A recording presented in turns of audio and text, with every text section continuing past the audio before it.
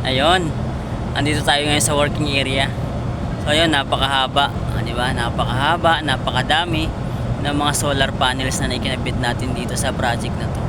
So sobrang swerte ng establishment na to kasi nga nakapag-isip sila na magpa-install ng mga solar panels para makapag-provide ng additional na source ng electricity, di ba? So kagandahan nun, makakatipid ka na sa mga electrical bills, di ba? So sobrang ganda na meron tayong additional source of electricity from solar, di ba?